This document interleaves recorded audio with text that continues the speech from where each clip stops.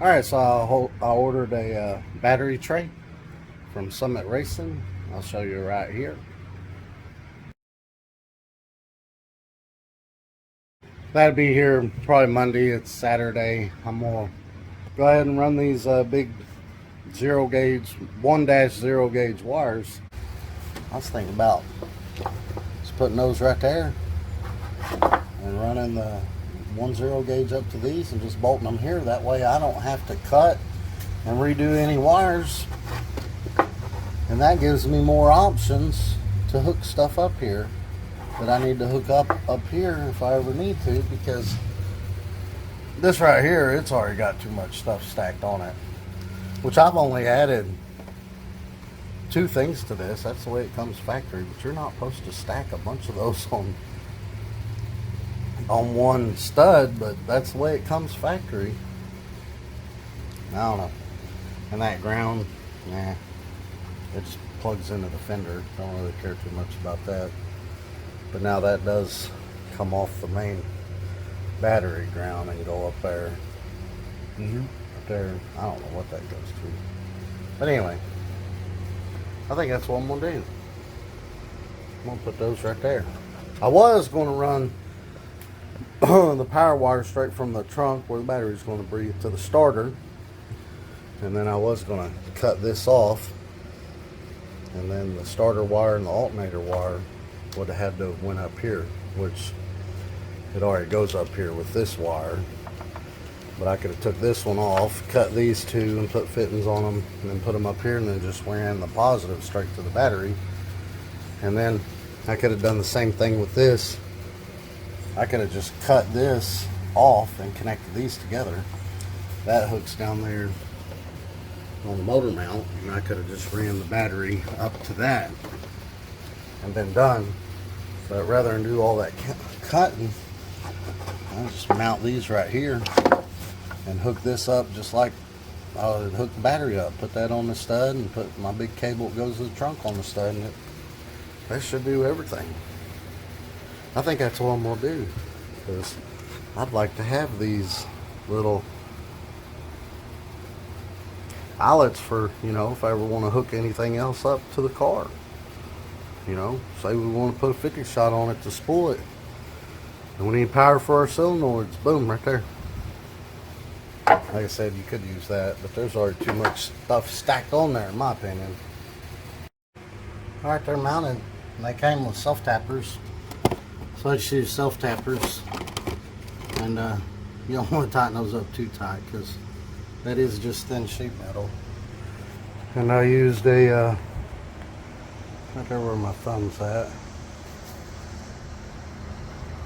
blind 3/32 drill bit, and I drilled it and kind of wiggled the bit around,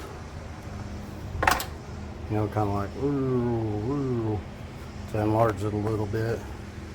And it was kind of hard to start them self-tappers even with that pilot hole, but just kept pushing and screwing. They went through, and don't go too tight on these again, but they're in there. And this is the part number for those if anybody's curious. Painless wiring accessories 80116.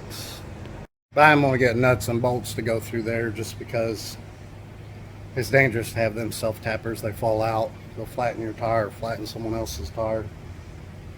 Yeah, the drag strip, that's a bad thing. But I'm just mounting it up right now, so let's hook the wires up and run them back to the back of the car. Alright, there it is, all hooked up. It's the power from the battery, the ground from the battery, and then this ground comes up, which is already like that. Light. Oh. Goes to that stud right there. And then it was coming up here. I routed it around here to the fender. That's what it was factory. And then, like I said, this will go to the battery. And then this comes off the alternator. This goes up to that power block. And then this one right here runs down to the starter. That's it. Now we just got to figure out a way to hold it under the car and route it to the trunk. Have to jack the car up for that. Alright, just running the wire under the car. One cool thing is this heat shield, it was this way. I turned it sideways and I bent a loop in it to hold the wires there. This works out pretty cool. And then up there I just got it zip tied. It shouldn't go anywhere. So that up there is done. And then down through here, this car had a big piece of sheet metal. They call it a heat shield, I guess. But I actually kept the screws for that. I keep all my screws and bolts in a box. So I got the screws for that, but I've zip tied it up here for now, because that's where it's going to go. And we'll get some of them loop things like we did on the fuel lines over there. Them rubber loop things. We'll get some. I ran out of those. I'm going to get some more of those, and that's going to loop right there and hold that. And there, I'll just zip tie it. I'm going to get the big wide zip ties. But now I got to figure out, and I'm just zip tying it up for now, just to get an idea of where I'm going to put it and where everything's going to go.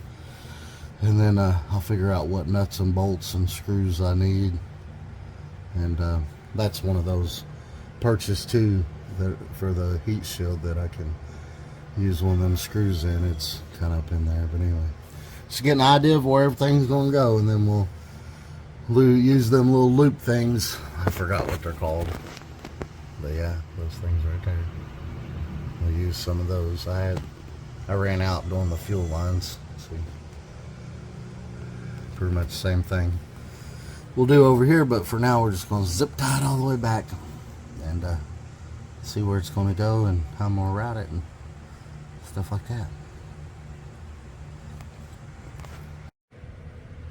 Alright, so you got these grommets in here. Like, for instance, that one's the back floorboard. That one, I don't know if you can see it under the brake line in that wire, but that's where you actually sit at, the back seat. And then right here's one.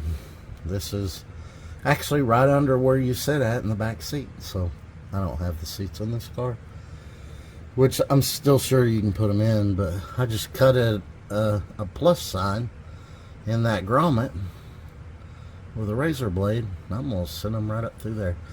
I think that's going to be easier than trying to go up and around the rear end and all that stuff. We can just come up here. Yep, see, that one grommet went right there, and that grommet right there where you sit at. That's where the back of the seat goes and the bottom of the seat goes. And if you ever get water in your car and you don't want to vacuum it out, just push those plugs out and it'll drain the water out. But yeah, right there. See? I'll just pull those up and run them right up through there. Alright, there we go. It's all back in. Can't even tell it's run up through there. And I'm pretty sure the seats would go back in. I mean, it just made a little hump right there, which most of that you can push down except for right in the middle. But yeah, that works for me. So I did some measuring. I'm not 100% sure the battery is going to fit in there. Not with the post and everything. You got about almost 8 inches there, all the way out to the stud.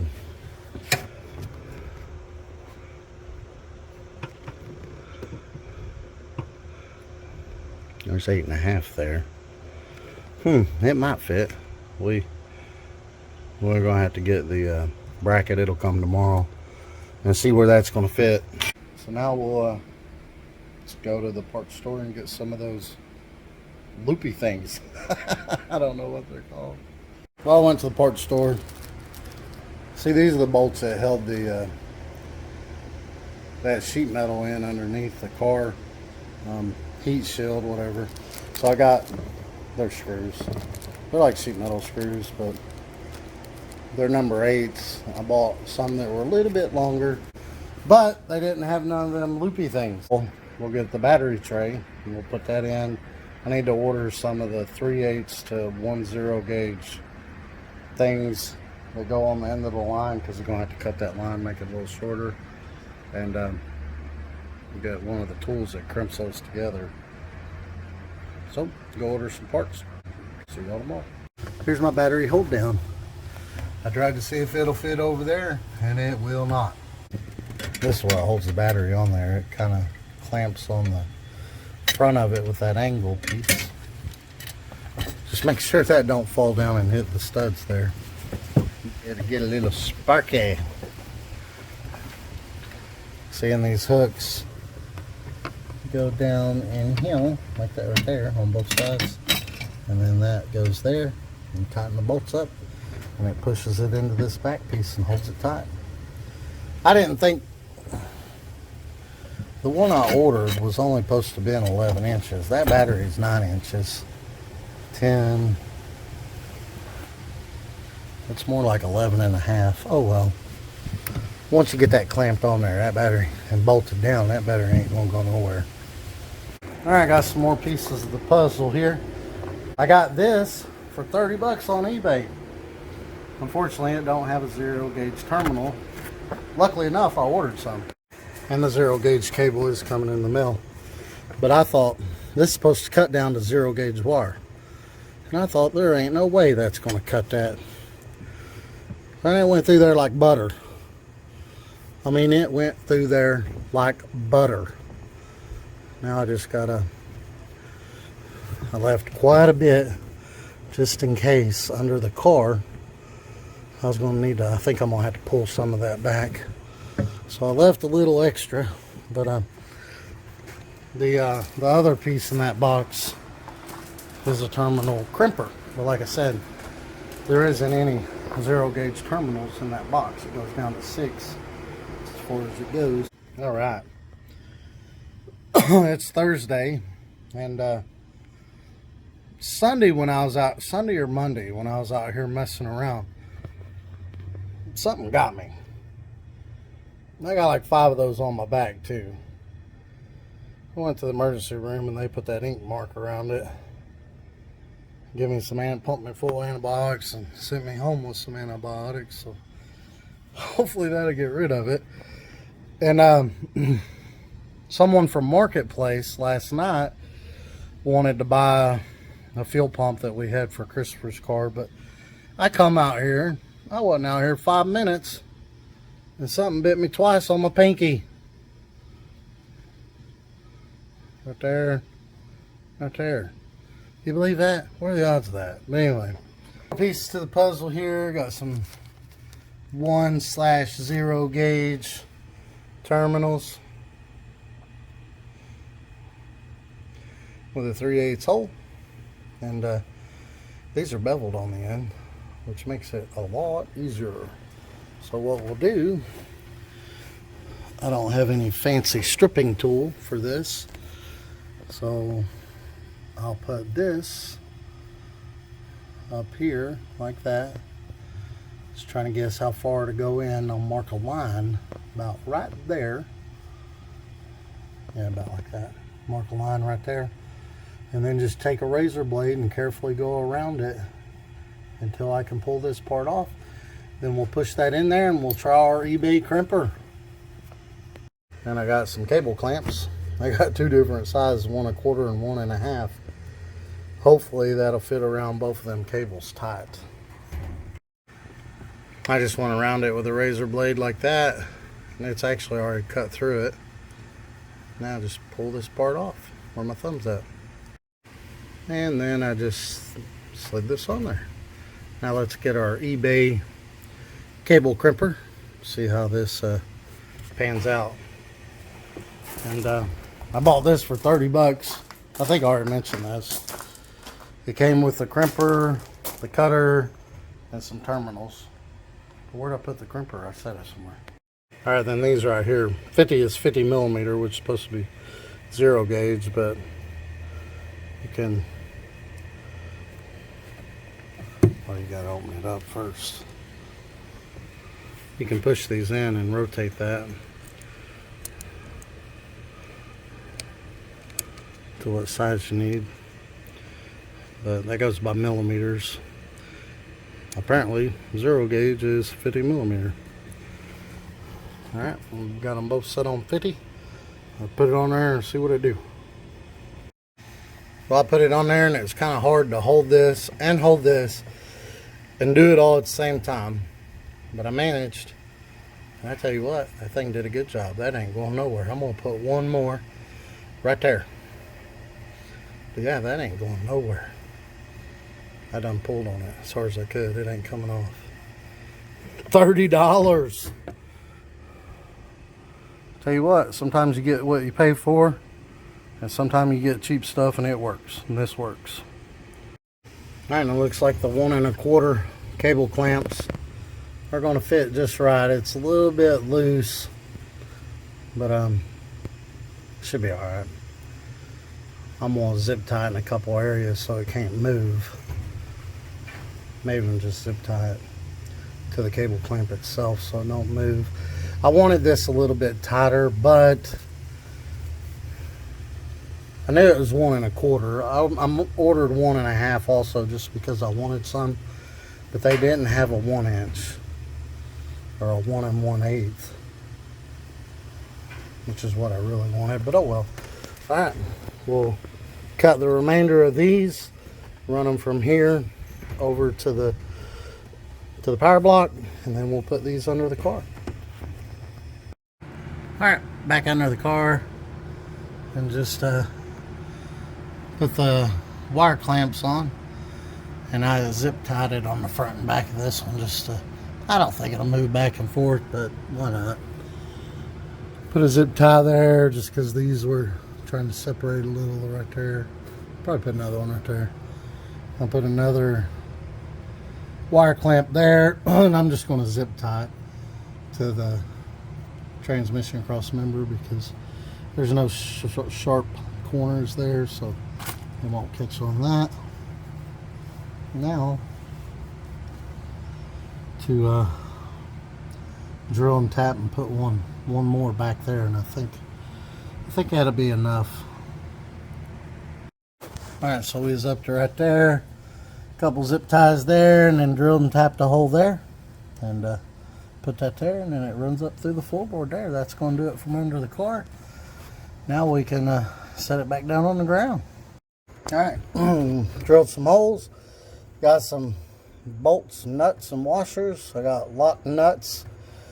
Yep, drilled the holes, and then ran these through the loops here, and put it in. Ain't going nowhere. Now we can go ahead and wire the main lines up, and run wire some wires over to the power block for the surge tank. Alright, so I lied. I didn't use the 0 gauge wire. I used the 10 gauge wire, because if you guys remember on one of my last videos where I was losing voltage to the surge tank, I learned that the longer the wire, the bigger it needs to be.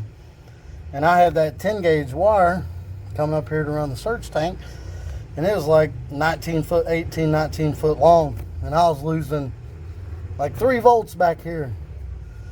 So I ran that 0 gauge wire up here because I thought that's what might be causing my cutout under boost. I ran the 0 gauge wire up here. It fixed the volt issue, but it didn't fix my cutout under boost. But that same website that I used on that video, I went in there, and these wires are only 2.5 foot long. According to 2.5 foot long, 10 amp wire is plenty at 2.5 feet long. So once we get our injectors back, which that's something else I forgot to mention, took the injectors off and I sent them out for cleaning. I took this completely apart and cleaned it real good. And also the surge tank did have some in it. And I took the fuel filter off and cleaned it. There wasn't nothing in that really. But Let's shut the surge tank. That battery goes dead as it sits. I don't know if it's went dead or not, but let's make sure. Works. So yeah, after we get the injectors back, we'll put those in, and hopefully this fixes our cutout under boost. The fuel injectors being dirty, but we got the battery in the trunk. It'll just help with weight. But yeah, that's pretty much going to be it. And once we get the injectors, I can't kick that pump on, because if I do, I got them injectors off, the fuel rail off, gas will fly everywhere. But once we get the injectors back and put those back in, we'll go ahead and double check, make sure the voltage is good there, as it was with the 0 gauge wire all the way up. But yeah, I think that's going to do it. What do y'all think? I could have done it better. I wish the battery tray would have fit there. It wouldn't. I wish the surge tank would fit in there, but it won't. These convertibles, they're built a little bit different than coupes are. But yeah, that's gonna be it. Oh, I didn't mention this or not, but the main power wire that goes into these relays, the top and the bottom that comes from here is the main wire, and then the top going to the pumps, that's the main wire. I'm gonna switch those to 10 gauge too. This is 12 gauge, but I'm gonna do that another day.